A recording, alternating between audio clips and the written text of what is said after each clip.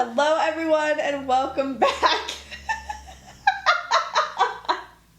Sorry. Courtney's freaking out right now. What did you think was going to happen? I don't know. I just listened to the podcast so much that's just like, that's what you say every podcast. But it's usually a podcast. Oh my gosh, I love this so much. It doesn't even make sense. No, it does. It does. It's different. Hold my hand. I'm like starstruck or something. Oh, wait, usually you're in my car. I love it so much. Guys, this is Courtney. Hi. Courtney is my bestie and also #1 fan. It's true, you guys. I'm starstruck right now. I wasn't starstruck when I saw Nikki, but then as soon as she said, hello, everybody, I'm like, whoa. I don't know why I wasn't prepared. It's like when I started crying when Taylor Swift came on stage. You just compared me to Taylor Swift. That's the nicest thing. Everyone, That is crazy. I'm so glad that this is recorded. Did everyone hear that? Yeah, there you go. It's just like the real deal. Wow. Do you want to give the intro? No, I'm not ready for that. Okay, I'll give it.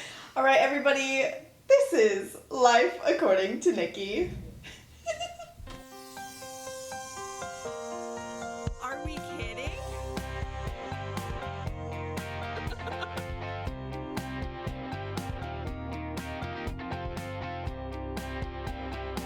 Oh my gosh, I love that.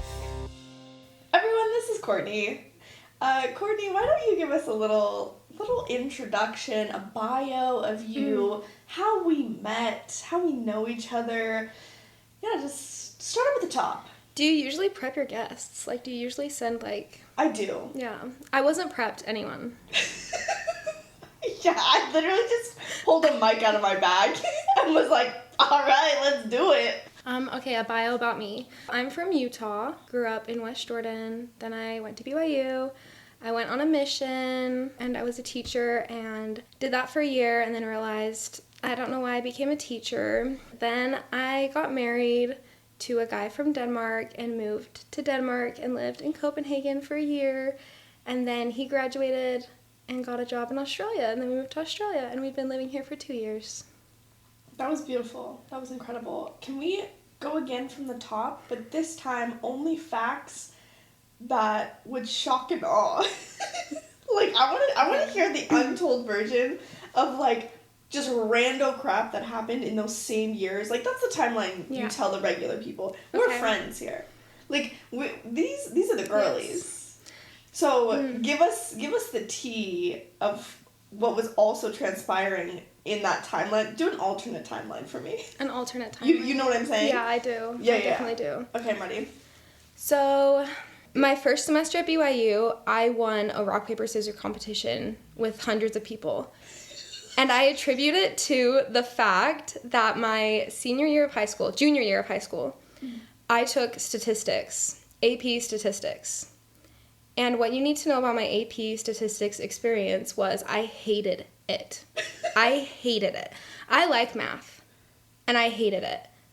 I did not like the teacher. She didn't know how to teach. She did not know how to teach stats. It was her first year teaching that course. And she was like, we're going to do a reverse classroom where you go home and learn all the stuff. And then when you come to school, you do your assignments. And I was like, okay, this is just you not wanting to teach. Like, oh my gosh. So I hated it. But in that class, I did a research project. This was the only useful thing in that whole class. About the probability of rock, paper, scissors. And I found the cheat code to rock, paper, scissors. Can we know? No, because then this is an unpublished study. Nobody can know. Okay. Then I can't win all the competitions. Sure. Right? All of them. All of them. All of them. No. Okay, we'll get there. We'll get to another useful, yes. So I did the research project. And when I say that the AP statistics class was not helpful, I stood up and walked out of the AP test.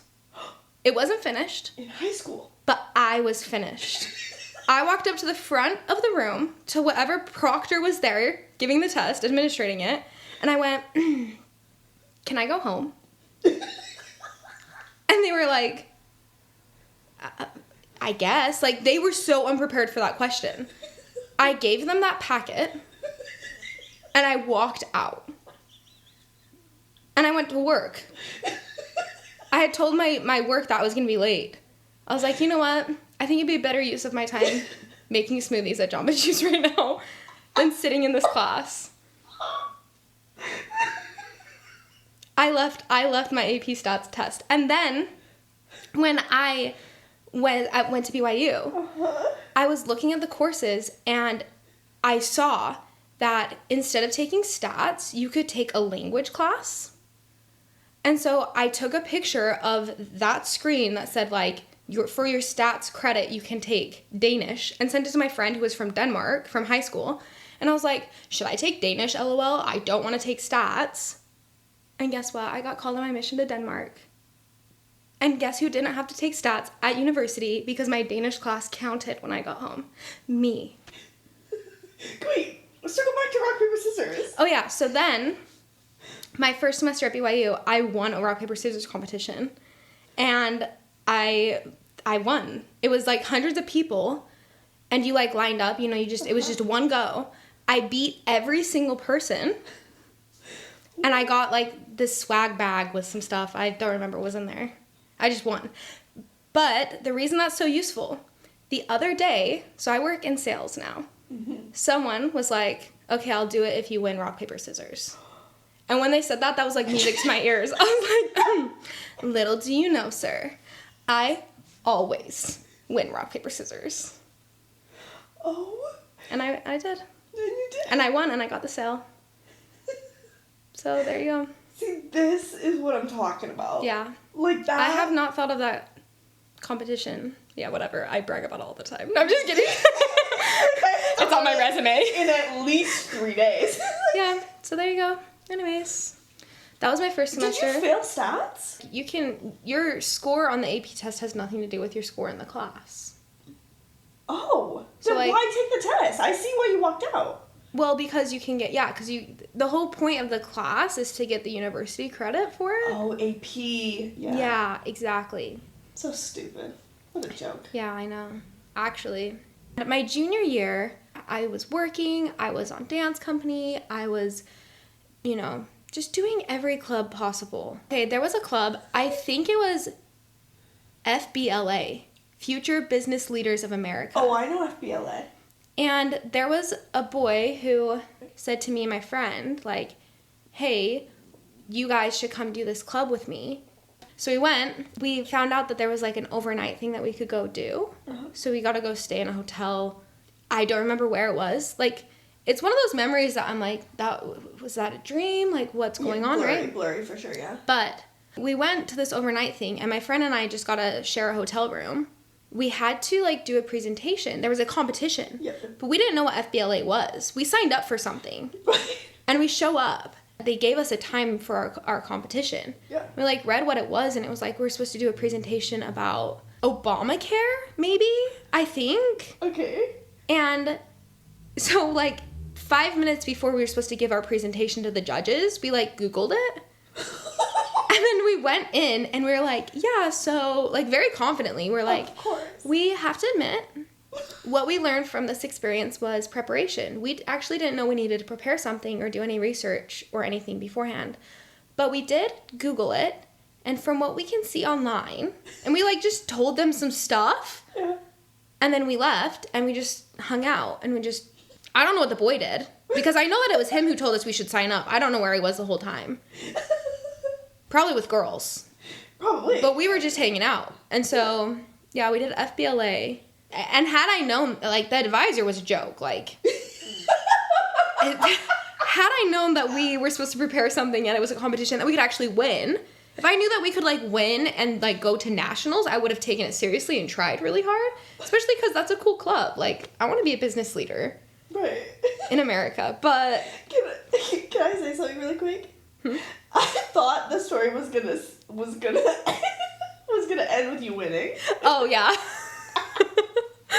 So I was like, oh no, we just like went in unprepared and then okay, got it. Yeah, no, like that was the story. We weren't there for the competition, but we still presented. I don't know why we could have just skipped. Yeah, why? I can't believe you presented. Well, probably because they had to justify it to the school of why you went for this overnight. But also, I have no idea why the advisor, she must have come with us. Well, for sure, yeah. I didn't know. I don't know. Did she go to our presentation? Maybe. I never had a class with this lady. I don't even know who she was. All I know is I met someone named Edgar. Edgar. Someone's named Edgar nowadays. Yeah.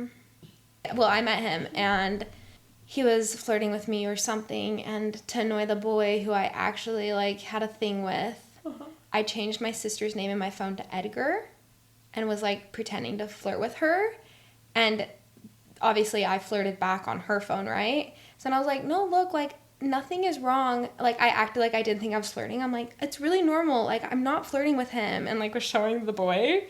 Girl! So then he was just like, yeah, you know, like, he's totally hitting on you. I'm like, no, whatever. He doesn't mean any of that. It's not flirty, you know, acting all like, I don't know what I'm doing, stupid. And my sister's name in my phone is still Edgar. No! She's been Edgar ever since. And that's where that comes from. So, so far we have rock, paper, scissors. Yeah. Statistics, sorry. Statistics, then that came in handy in Rock, paper, scissors college. competition. And then because of your hate for statistics, you took Danish, went to Denmark on your mission, and then you met your husband on a vacation. Yeah. Little Courtney, like, 2nd grade, the earliest memory I have of what job I wanted to have was an Egyptologist. Egyptologist? I don't know why. I think it's because they had cool books at the book fair that I got that was about Egypt. And then I just became like, I love Egypt. So that was like my like thing, right? Okay. It lasted, I think, a year only. So I was like, I'm going to be an Egyptologist. And then it was Egyptologist, meteorologist. Dang. I wanted to be a weather girl, exactly, because I wanted to be on TV, obviously.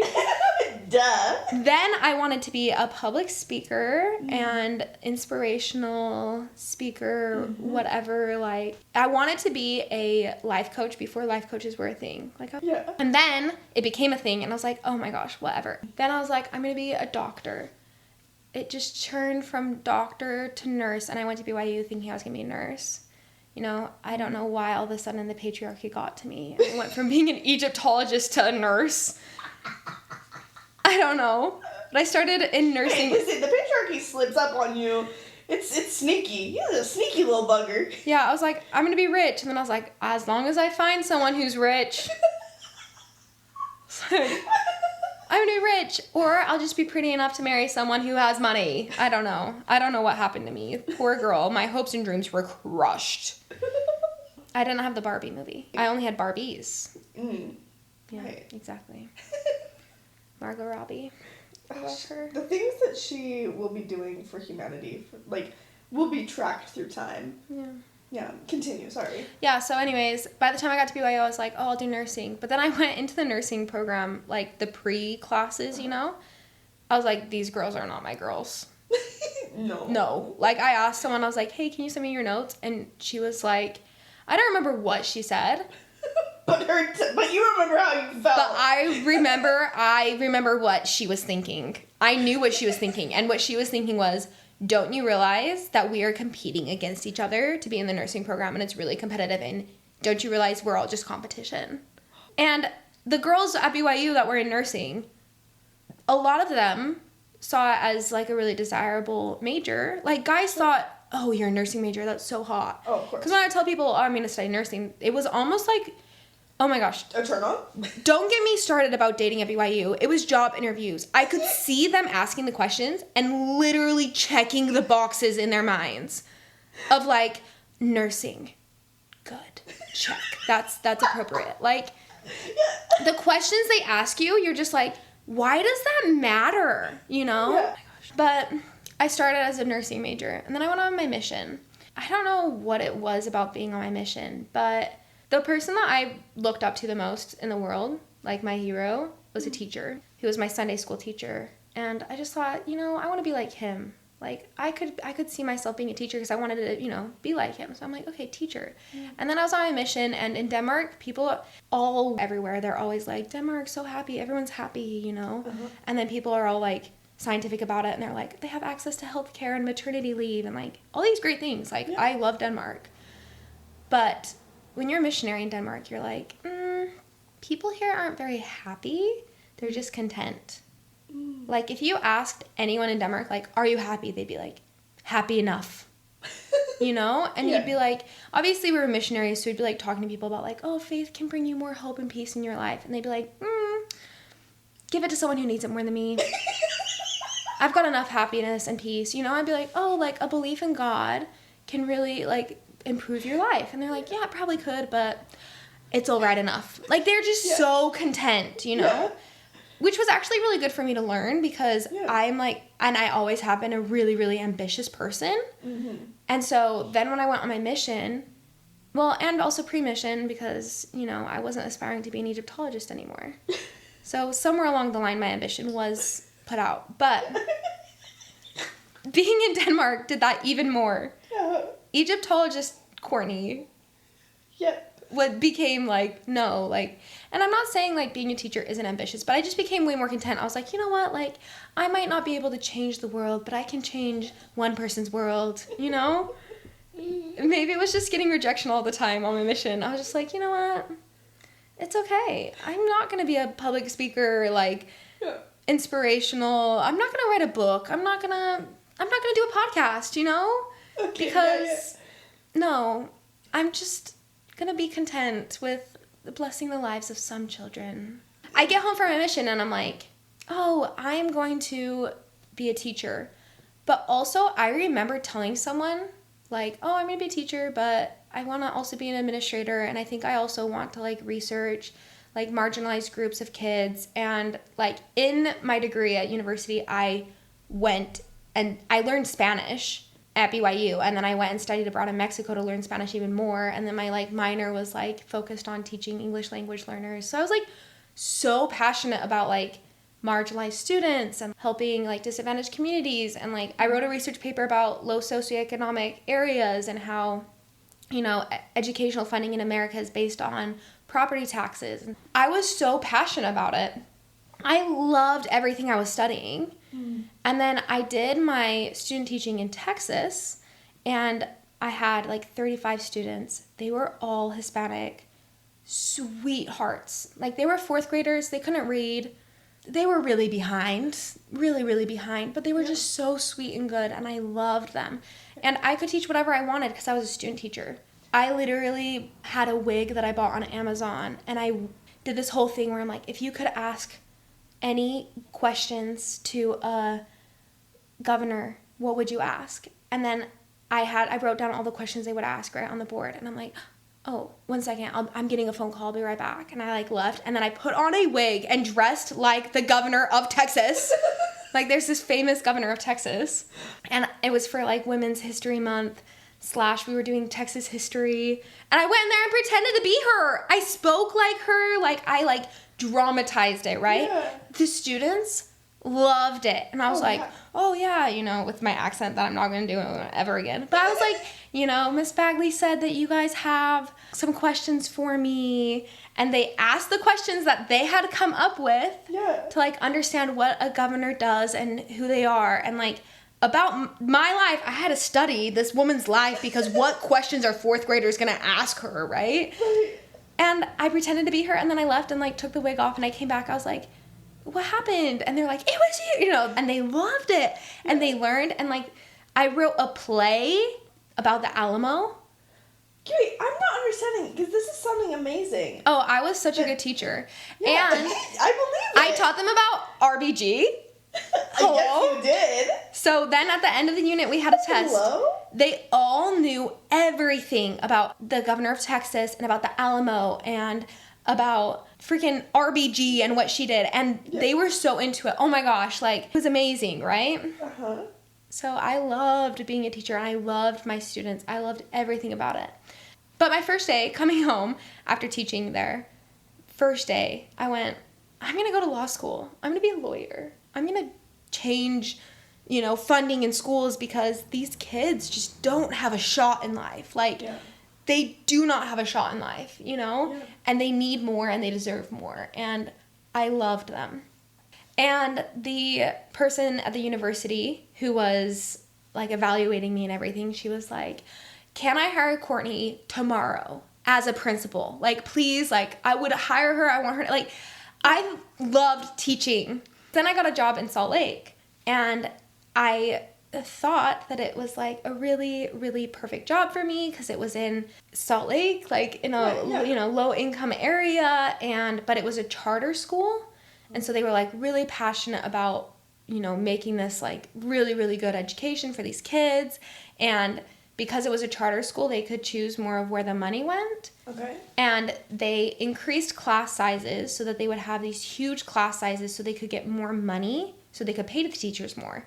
So I was getting paid really well for a teacher, and I was just so excited. I was so excited. And then I go in there, and literally, like, before the first day of school, I was saying to someone, I was like, do you ever feel like you were just born to do something? Like, I feel like I was born to teach. I found my calling in life.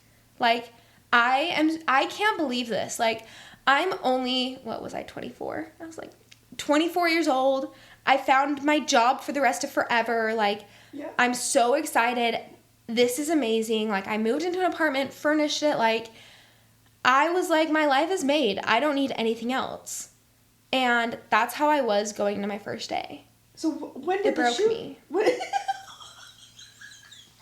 It broke me. I left the first day being like, what?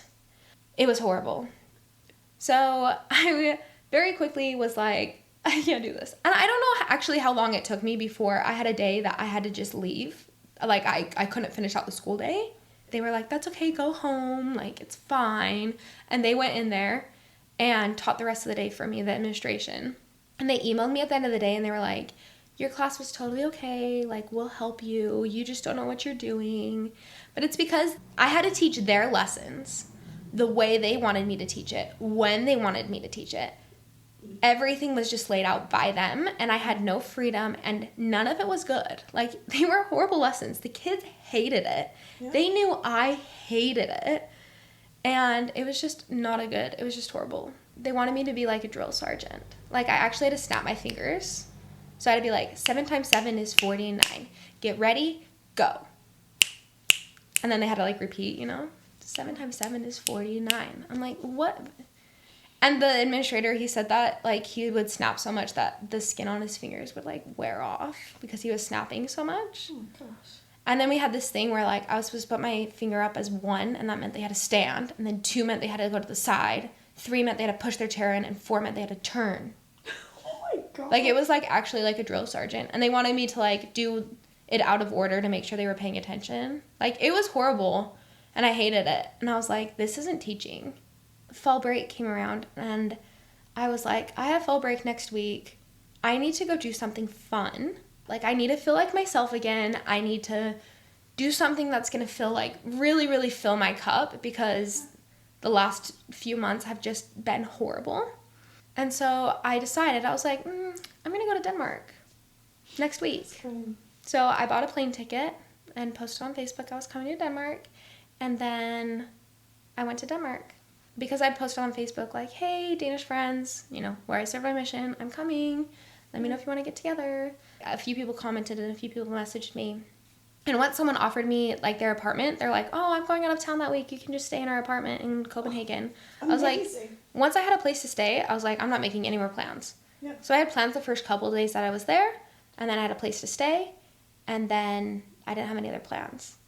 But a boy had messaged me and was like, can I take you on a date while you're here? And I was like, yeah, sure. And I thought that he was someone else. So I was like, oh, that's really sweet of him. Like, he's a lot younger than me, but, he probably doesn't get the opportunity to date very much in Denmark. So, sure. The rest is history. I met up with him, and I was like, wait, you're not who I thought you were. I've actually never met you before. And he was like, oh, haha. Haha, want to get married? He fell in love. And then that was like the Monday that I got there on a Saturday and left on a Friday, right? So I got there on Saturday, met him on Monday, canceled the rest of my plans all week, and just spent the entire week with him. And then he dropped me off from the airport on Friday. And I told him at the beginning of the week, I was like, I'm not doing long distance, so I hope you know this is just for fun. Like, I'm going to go back to Utah and date all the Utah boys, and you're going to be here, far away from me. And then Flash forward to getting married and moving to Denmark, and Exactly. then now moving to Australia. So there you go. That's the life. Oh, that was, guys, wasn't that beautiful? Wasn't that incredible? With my teaching job. Yes. So I was so miserable. It was actually horrible. Went back to teaching, whatever. He came to visit me for Christmas break. And when he came over Christmas break, I cried when he left, but not because he was leaving, because I had to go back to teaching. And he, the whole time, he's like, you need to quit this job. Like, you're miserable. And it actually was, like, making me depressed and, like, sucking the life out of me. It was killing me. It was killing me. It was horrible. Which sucked because I'm like, I wanted to hold out for the whole year. But, like, my class had gone through, like, I don't even remember, 10 teachers in, like, 3 years or something like that. Like, it was, like, insane. And they're like, you're just going to leave us. I'm like, no. And then I was like, yeah. So I quit. I was like, I'll stay till the end of the week. And then I went home, and then they messaged me, and they were like, don't come back tomorrow. So anyways, I quit, and then I taught at a different school, and it was better. But that system is so broken. And I thought, because at that point in time, I knew that we were going to get married and I was going to move to Denmark. Mm-hmm. So I was like, I owe it to myself to figure out if this is the profession, if this is the school, if I can teach, Yeah. So I quit and then taught at a different school for half of a year, which also is not a normal circumstance to come into a class. And the reason that teacher quit is because the class was so difficult. Mm. So it was a really hard class. So I had, like, it was a rough circumstance. Yeah. But there's just so many things about the job that I'm like, I couldn't do that. We never talked about how we know each other. Okay, let me give a quick summary. Short story long. We basically have a mutual friend that we both met when we were in Utah. We don't know each other. What the heck am I saying? We didn't know each other in Utah, even though we lived, 20 minutes away from each other? Yeah. This mutual friend that knew both of us. Who is Australian. But met us in Utah. Yes. He messaged me and was like, hey, I have a friend that's living in Perth, and she's from Utah as well. Like, you guys should get together. I slid into the DMs. You're right. I was eager to have a friend. I've been living here for a year. Courtney contacted me, because that's the Utah way, is... Yeah. You don't need anything besides just one person who you kind of sort of acquaintanceship know tell you, oh, there's another Utahn. Perfect, give me their number. And then we got together for lunch, and we get together once every other week. We hit it off immediately. Of course. We ate our food and then went to a sex shop. That's how quickly we hit it off. Yeah, yes, but also I'll take anyone to a sex shop. Immediately after meeting them. I was like, she told me she worked in a sex shop, and I was like, do you want to go to one? Right and I said, oh yeah, I know the locations nearby. Perfect. I've been there already. Perfect. Within my first week, I think I went to 2 of the sex stores. Granted, I was applying for a job there, but yeah, honestly, I'm always just looking for a chance to show off my knowledge. If anybody ever wants to go to a sex store, I'm happy to take you. I do have an affiliate link now to the 4 biggest stores in Australia. So if you want to purchase something, DM me. I'll talk about... educational, believe it or not, going to a sex store with a sex educator. Thank you for saying that. As a married person, going into a sex store with me, do you feel like you learned things? I don't think a person could talk to you about vibrators and not learn something. That's so nice. That is 100% genuine. So yeah, no, I definitely learned stuff. That makes me so happy because, definitely. Not that I doubt my knowledge at all, but sometimes the fact that I know I have to defend myself of yes, I'm a virgin, but it's no, I promise I have things I can teach you. I promise. Yes. I do. Yes. I, Courtney, have learned things about sex from Nikki the Virgin. And I'm not afraid to tell it. I will shout it from the rooftops. She's taught me. Thank you. Appreciate that. I need all of my friends to make a public statement. Be tell them you've learned something from me. But it actually is really fun. All my married friends come to me. Actually, yeah, I remember I asked you the first time I met you, I was like, so do your friends and family just overshare about their sex life? And you were like, I wish they would tell me about their sex life. I was like, oh, I will. I've just met you, now let's talk about sex. Yeah, I do think it's easier for people who have met me at this stage in my life, where it's like, you know, they didn't grow up with me. I don't know. You've always been a sex educator to me. Yeah. I mean, when I met you, you were one. Right, so. right. You know, you're a frequent listener, so you know what question I have to ask. What have you been watching? Oh, wow. I really wish that I would have been prepared. I would have watched cooler things. Okay. We are judging you, so just remember fine. that. We finished watching Severance. Yeah, we're late to the game. I'm behind on all media consumption. I'm behind on. I just listened to Harry Potter books for the first time and watched all the movies in 2023. And it was a really good experience. But then it was sad because everybody was so over it that I was like, I want to talk to somebody about Harry Potter. Oh, yeah. You know what I mean? Like, right after I read them and watched and it was fun because I'd watched a lot of the movies, but not all of them. Mm-hmm. But then I would, like, read a book, listen to it, and then watch the movie right after, and it was such a good experience. But then I'm saying to my little brothers and my family, I'm like, so what house is everybody? Like, I want to talk about it, you know? So I'm behind, like, a lot of years on all media. Okay, we do need to discuss the fact that whenever we're together, we watch the world's stupidest movies. Yeah, that is true. It's a curse. Yeah, but also, it's Nikki who always has the suggestion. Like, I don't have to ever think of what movie we're watching. Yeah. She's always like, we can watch this or this, you know? But one of the times, she was like, we can watch this or this. What do you want to watch? I was like, I don't know. And you're like, well, let's just watch this one because it might be bad. And I feel like we kind of have a thing going, and I'd rather watch a bad movie with you than watch it alone. I was like, okay, great. Honestly, and it was bad. That one was Snow White, when we watched Snow White. Oh, that was terrible. But it's so fun to listen to you on the podcast talk about all the bad movies, because I'd be like, I was here for that. I was there. Except you liked Rumor Has It. Which one was Rumor Has It? That's the one where it had the incest plot. What? You liked it. You liked the movie. It was the one with I don't like incest. No, sorry. Generally, I don't generally like incest. I guess I can't say that. I'm sorry, I'm not accusing you of liking that. You said the movie was okay. It was the one with the girl from Friends, Jennifer Aniston. We watched that together, yes. It's her grandmother, her mother, and then her all slept with the same man. And then it was maybe her dad for a second. I was entertained by that. I was entertained by that movie. There was the shock factor. And that was horrible. We shouldn't be using incest as the shock factor. That's my problem. That's where I'm getting held up. Yeah, I actually hated it while we thought that it maybe was incest, but then when it wasn't, because it wasn't. No, it wasn't. Okay, yeah. When it wasn't, it was like, wow, that was drama. That played with this movie is horrible. I liked that I hated the movie for a little bit in the movie. Oh my god. I don't know. I was okay with the fact that it was so horrible for a little bit, where I was like, what? It was unexpected. I'm okay. Yeah, I hate predictable movies. I hate movies that I'm like, I could have written that.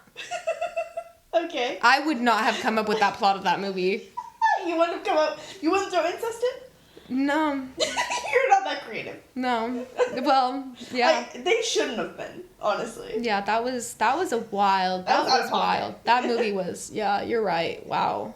No, how did I forget that? I don't know, because I can't stop thinking about it. Just happened so recently. We also watched The Gorge together. Mm-hmm. That one was okay. It was okay, until the last third. Until it was just a video game. But did you know it was actually inspired by a video game? I believe that. Yeah, it was very, very obvious while you were watching it. Yeah. Could have been. We discussed, like, quite a bit what it could have been, and it wasn't. We did watch a good movie together. We Live in Time. Yeah, but I'd already seen it, so I knew it was good. It was amazing. We needed a palate cleanser at that point. Yeah. But you liked The Life List, and I didn't. Yeah, that was fine. Yeah. I feel like if it's a Netflix original movie, you have to have, like, very, very low standards. I've never watched a Netflix original movie and gone, what a good movie. Anything else? Any other shows, movies? Yeah, okay. I'm watching, Young Sheldon and What? The one that I introduced you to, 3 seasons. Be a goldfish. Oh my gosh, that was the best show I've ever watched. Oh, Ted Lasso. Ted Lasso. I loved that show. It was so good. Yes, actually, I loved Ted Lasso. Was so good. It really does make me so happy when I recommend a show to a friend that I'm like, I think you will love this, and then you do. I loved that show. And I've been reading a couple of books. I'm Beautiful. reading When Church is Hard. Don't Believe Everything You Think. Plug really quick your favorite book of all time. What is it? Adult Children of Emotionally Immature Parents. Yeah. It is better than any sort of therapy you could ever do because it makes sense of the world and just humans, like everyone. It's because you don't understand what things fall under emotional maturity until you read this book, and then you're like, oh, people do that because they haven't learned that emotional skill yet. Like, so many things in life are emotional skills. So yeah, that is my recommendation to everyone. You want to know something so cheesy? Someone asked me the other day, what's the best book you've ever read in your life? You want to know what I said? The Book of Mormon. Yeah. That is... I literally, it just, came out. The Book of Mormon. Well, they said it, the way that they were saying it was so earnest. Of, why is the, because their question was more than that. I think they had even said, what book has, changed you? What's the best book you've ever read? And I was like, this is not the answer you want. I know it's not. Because I was, literally talking to an atheist, and I was like, listen, I'm sorry, but, it's true. But, so I said, I was like, the Book of Mormon. The Book of Mormon is so funny because I love reading the Book of Mormon, and it's so awesome, and there is a lot about Jesus in there. But on surface level, the plot of it all, the war chapters. Oh, see, I like them. Nephi killing Laban, it's just what?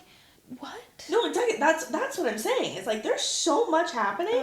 I don't like the war chapters. I really do enjoy them. The complexity of these relationships and the wars and stuff. Sorry, I did not mean to I don't care about ancient civilizations.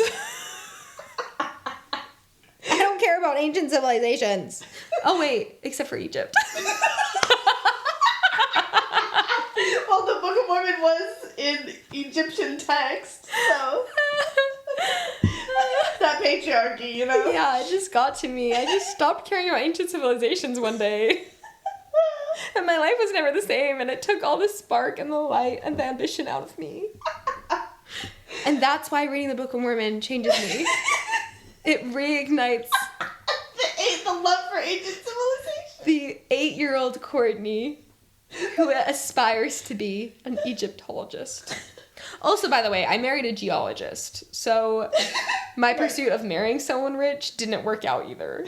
This feels like a good amount for this segment.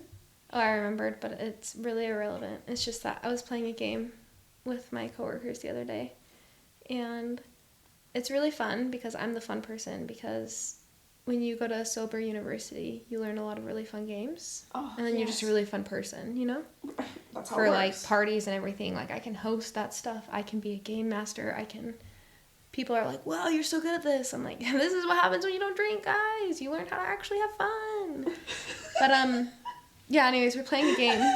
And we had to, give each other clues. Their clue for something that started with an M-O was Bible. And I was like, I don't know. And all of them got it. They were all like, Moses, And I was like, oh. And they were like, you're the one person here who should have gotten that. So anyways. But I don't read the Bible.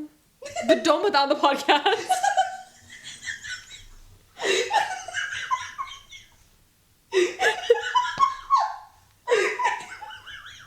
Just for clarification, we do read the Bible. I don't. Courtney doesn't, but as a religion, we do. Yeah, that's true. Good clarification. Here are the random topics that just really quick we need to touch on, because as we hang out together, I'll just randomly write stuff down because I'm like, people should hear our conversation about this. See, this is where I'm nervous, because when I say something that makes Nikki laugh, she's like, oh, that's good. You gotta say that on the pod. And I'm like, what if I'm not funny? Forget the mics here. Yeah, it's true. Just you and me. You're naturally hilarious. I wouldn't be friends with you if you weren't. There's one thing I can't stand. Someone who's not funny. Oh. Oh, my gosh. I told a boy once, there was this boy. He was perfectly fine. Actually, he was a really, really, really, really great guy. Uh-huh. He asked me. He was like, so what are you looking for in a future husband? Like, what are the actual qualifications? Because he wanted the position, you know? Right. He was applying. He was keen. And I was like, all right. I said, there are actually 4 things. Cute, smart, and ambitious. Those kind of group together for me. Spiritual, and kind. Those group together for me as well. Like, he had to be just genuinely kind about humans and how he treated them and how he was, and inclusive and good and spiritual. That groups together for me. And the last one was funny. Yes. He has to be funny. And this boy heard my list and he goes, wow, that's so interesting. I guess I appreciate that you put so much value in humor. I was like, yeah, you don't get it. You don't get it. You're not funny. It can't just always be me making you laugh. Plus, somebody who can't laugh at themselves and can't just diffuse a situation with some hee ha ha, like, I don't want you. I need the hee, I need the ha ha, I need the I need all of it. So you married a comedian. Yeah. So actually, there you go. Yeah. Mikael, he checks the boxes. Now that we've established we're funny. Yeah. Let's talk about an English breakfast. Oh. When you say beans on toast, I picture a crooked smile and yellow teeth. Beans on toast out of a can. Out of a can. At 7 a.m. Wakey wakey.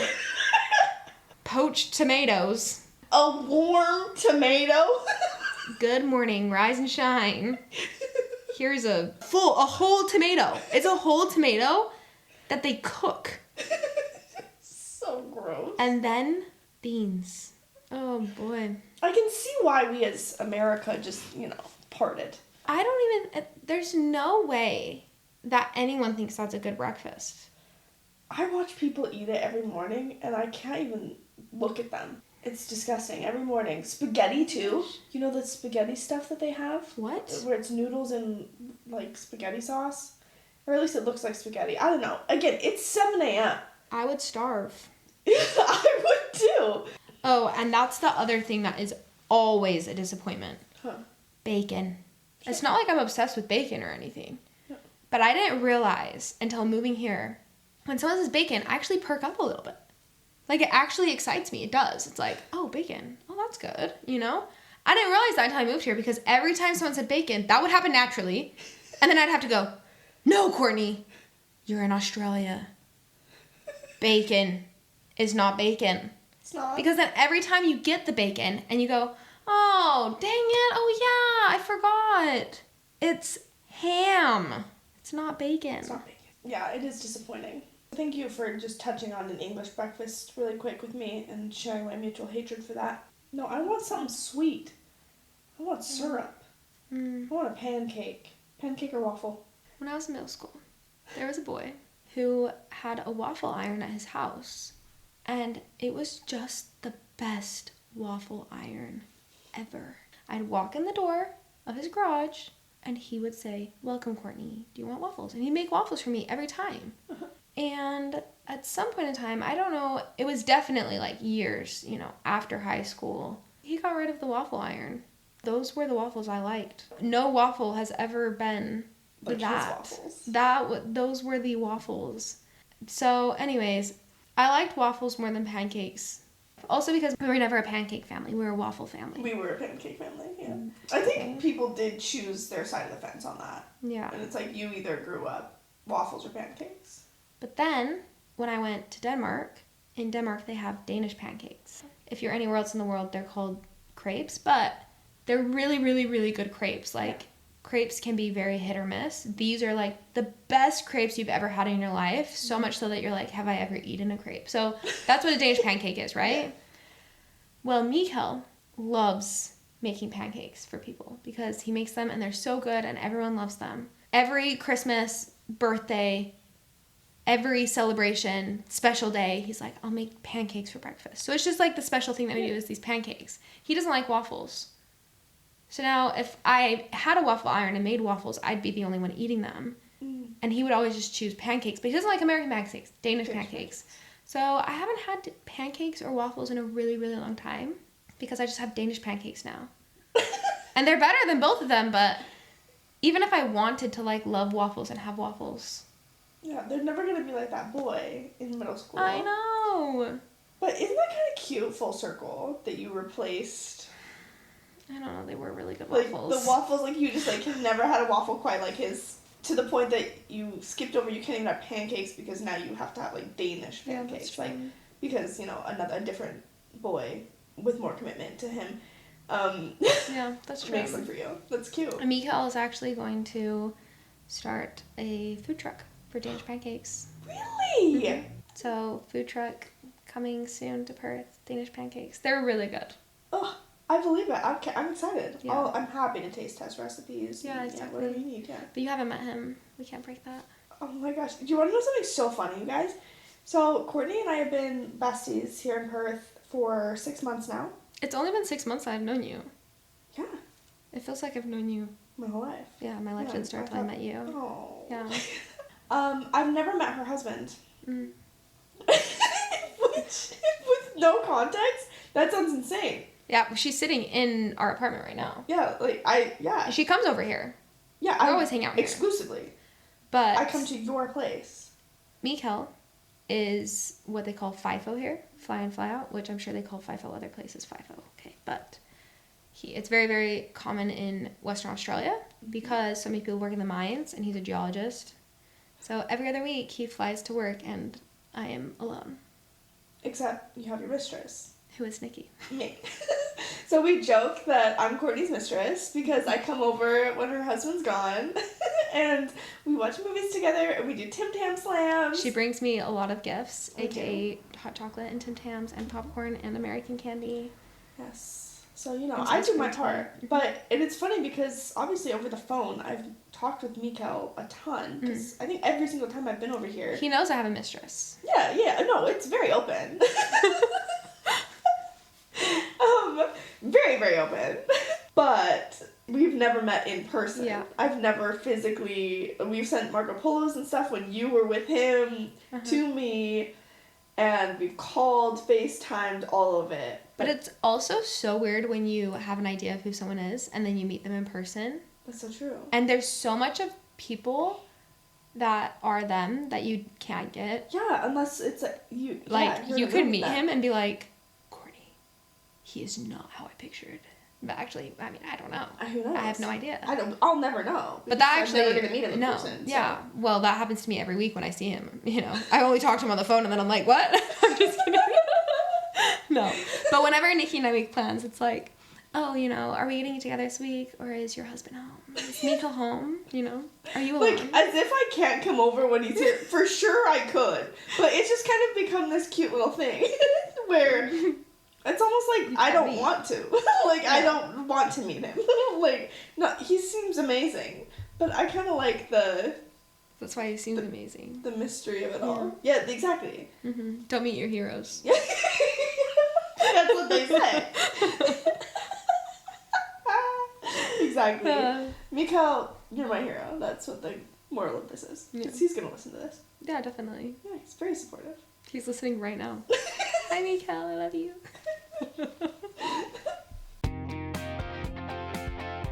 Well, Courtney, this has been so fun. We didn't get to the main topic. No, but You had other questions too. I think that was only one question. I did, but Yeah, it doesn't matter because we're gonna have you back.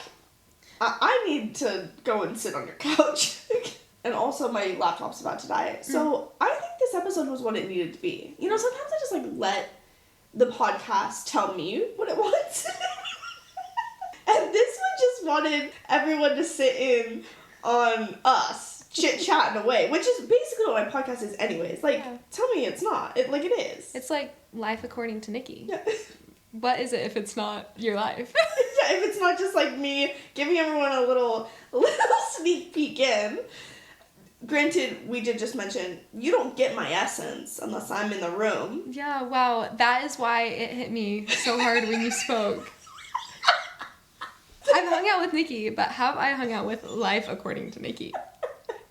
Different persona. No, this is actually how she is in real life, you guys. But still, it's kind of iconic. I'm like, why did that hit me so hard? I don't know. I was shocked. Like, genuinely, that was the sweetest reaction. My mouth, like, my jaw dropped. Yes. I was like... You had tears in your eyes. I was like, what? Well, just... This is a real podcast episode? I was really not prepared. I really did just pull the mic out and was turned on. I was like, let's go. I gave you no warning at all whatsoever. Next time you can send... No, you know Yeah, I'll send you notes like I do for, my other guests. Yeah. But I just knew it was just going to be organic and fun and real. And we learned what we needed to learn today. Mm. And we had a great time. And now we're going to go finish our movie that we started last night. Exactly. Because obviously this is the second night in a row that we've hung out. We're watching Are You There, God? It's Me, Margaret. Very cute. So Judy Bloom. Judy Bloom. Adorable. I'll review it on our next episode. And we'll have Courtney back because... Next time it will be actually structured because the conversation that I really want to have with you is what it's like to live in a country outside of America. Because not only do you live in Australia, but you've also lived in Denmark as well. Not just as a missionary, because that doesn't count. Not in, the context that we are going to be discussing. Yes. So, yeah, we're going to talk about what that's really like. This is a teaser episode. Yes. Yeah, this is just a get to know Courtney episode. And then we're gonna come prepared. Mainly, I'm gonna make sure that you can be prepared and I'm not gonna just don't worry. I'm very prepared for that topic. Okay, beautiful. I have thoughts. Okay. Thank you everyone for listening. Courtney, would you like to sign us out? I love that you're so excited. This is nerve-wracking. Okay. Thanks for listening to our thoughts on life because this has been Life According to Nikki. You nailed that.